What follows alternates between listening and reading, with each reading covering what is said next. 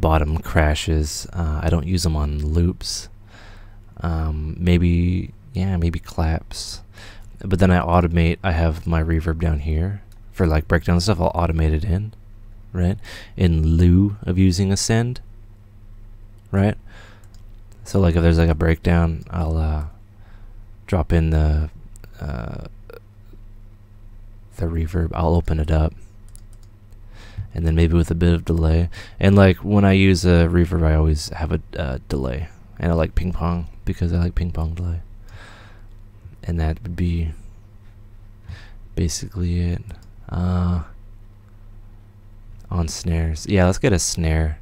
But the thing is, the snares have a natural reverb that is already on it. We'll get a modern snare, very modern.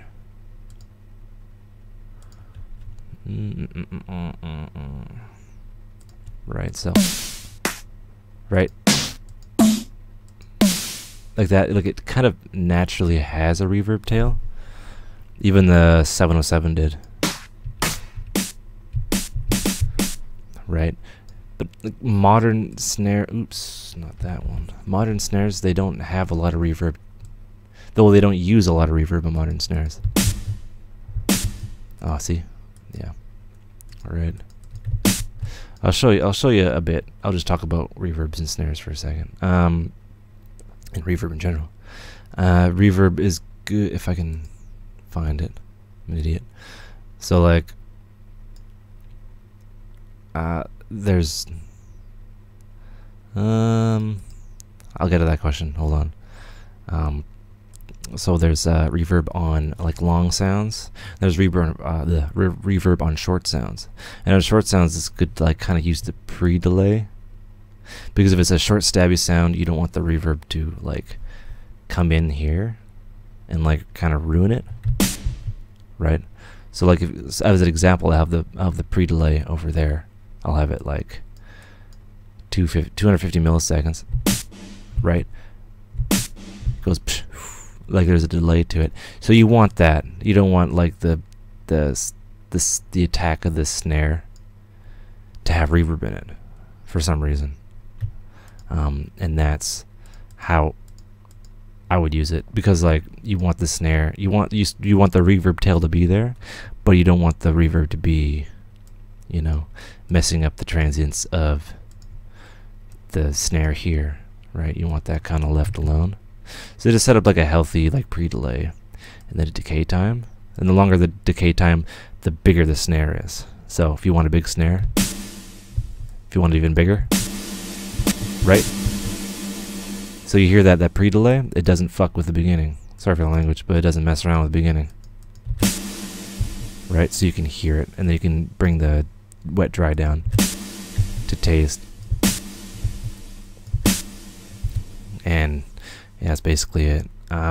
For pads and stuff, generally the pre-delay doesn't matter, and you want a short-ish kind of decay time, and a liberal amount of, not a liberal, but like a small amount of a reverb. And in my opinion, a reverb for long sounds like leads and pads, it's like kind of like less is more. And you'll notice this: if you put a delay before your reverb, always before, but you don't have to take my word for it, but always before, it just sounds better. You can hear it bounce off the wall in like your mind's eye. And when you have small values, right, and then you compress it a bit, it sounds more natural in a weird way. I didn't compress a little bit, I'm just using it as an example. But if you compress it a little bit, the reverb will come out and it sounds more natural.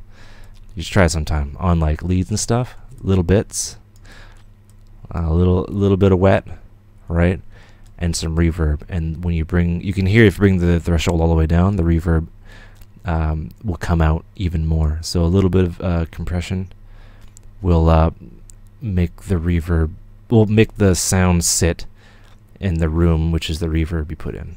And I hope that kind of explained it. Distortion works well on bass lines basically, and that's basically all that's basically all that I use it on. What you can do is you can kind of treat distortion and saturation in the same vein. And what you can do for your collapse, I'll find a good one. This is an old trick. So you have oh wait, no, we have a snare.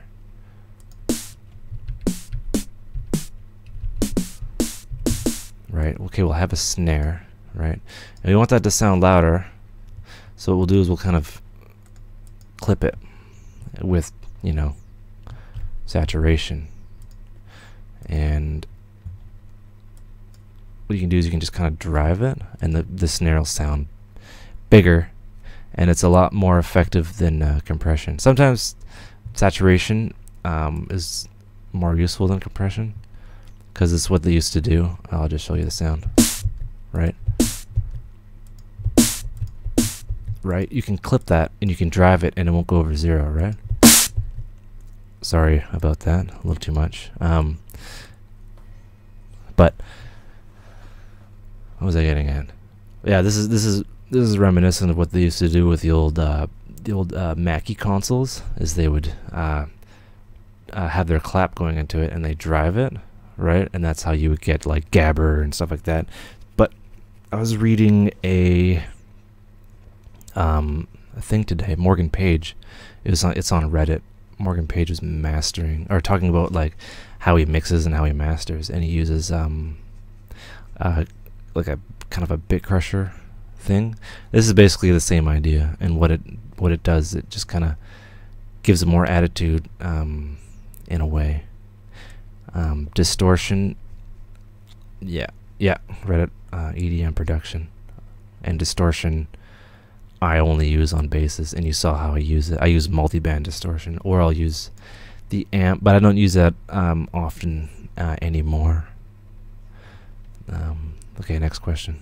I think I answered that, or I went off in my own little world. Is there a way to get better at EQing faster than spending 10 years producing?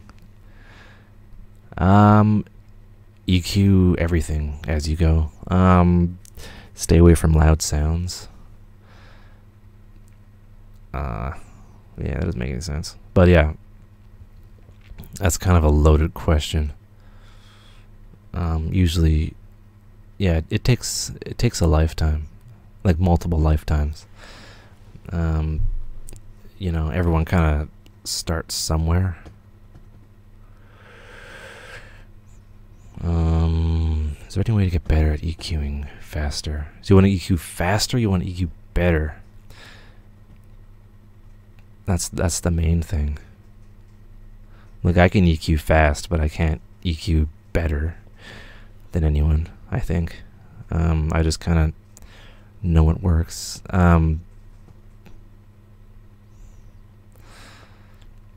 Frequency I always have problems with.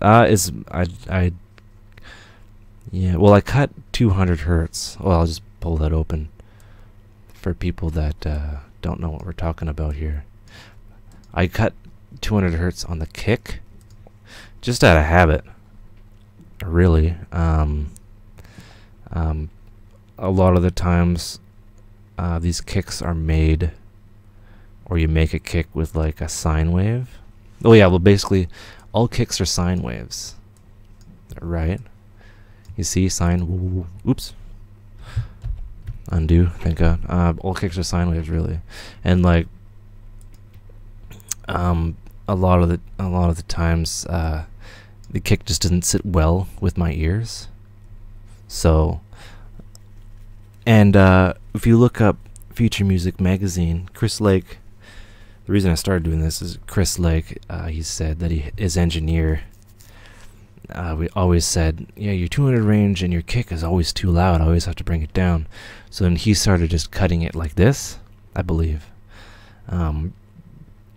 From the video, this was a long time ago, and it might not have been 200 hertz, but for my kick and my bass, I always cut it there, and it's a subjective thing. But when I listen to tracks, I can tell that the 200 hertz range is like a little too punchy. And it's not just my room. I've been doing this in like different rooms for a long time. And it's not like my monitors or like the room that's kind of making the bass like that. It's every single room. And, you know, basically it sounds like this without it. And then I'll turn it on, you can hear it.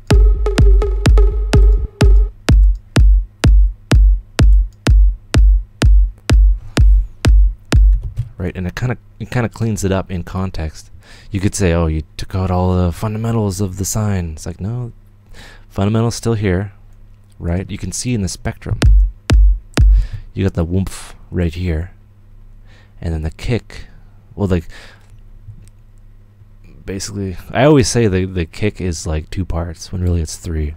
But I say it's 2 part. It's the low end, the sine wave, right, and then the transient clicky bit, and the clicky bit lives up here, sine wave lives down here, and all this information could be better used for a bass. And that's why you listen, you know, I'm cocky mode on, you listen to my tracks, there's lots of room for bass, and it's really wompy kind of thing. It's good for techno and all that fun stuff, and you can hear it.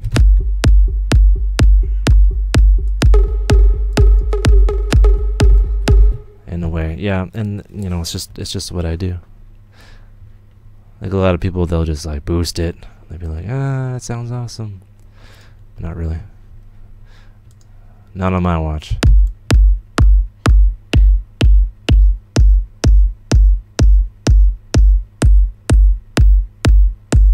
Oh, this is another thing. I was going to do a video on this.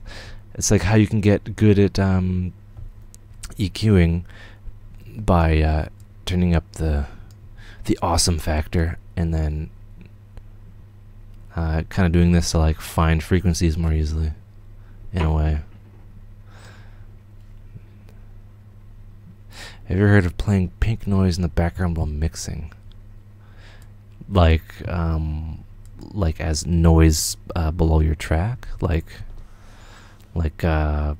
analog model, like hum that old equipment has, as like a mixing type thing. Yeah, for like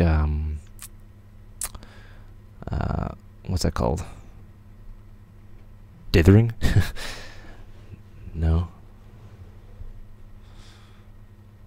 Yeah, I've heard of that, and I've heard that deadmau5 in particular, he takes field recordings and he like brings the volume down unaudibly and then places it in the mix for something, for some reason. And I think that's for like your bits to match up or something. I actually have no idea what I'm talking about. Pink noise in the background while mixing. No.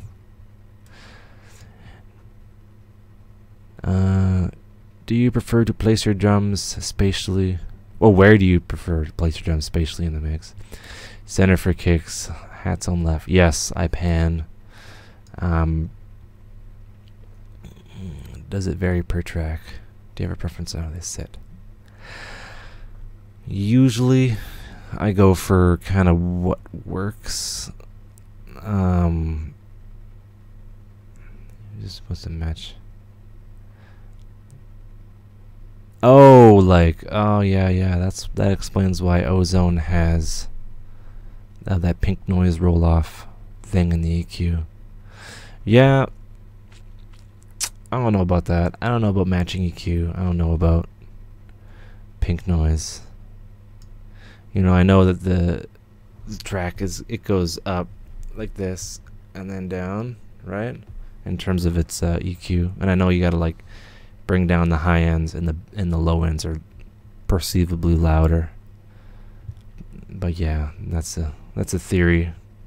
That's a theory I haven't looked into. No. I listen to music on these monitors, and I try to match it. My ears and my monitors are well attuned, like Fusion and Dragon Ball Z. Yeah. So drums, placing drums, yes, absolutely. Center for kick. The hats, yes, I pan the hats, and I pan as much as I can percussion wise. Get away with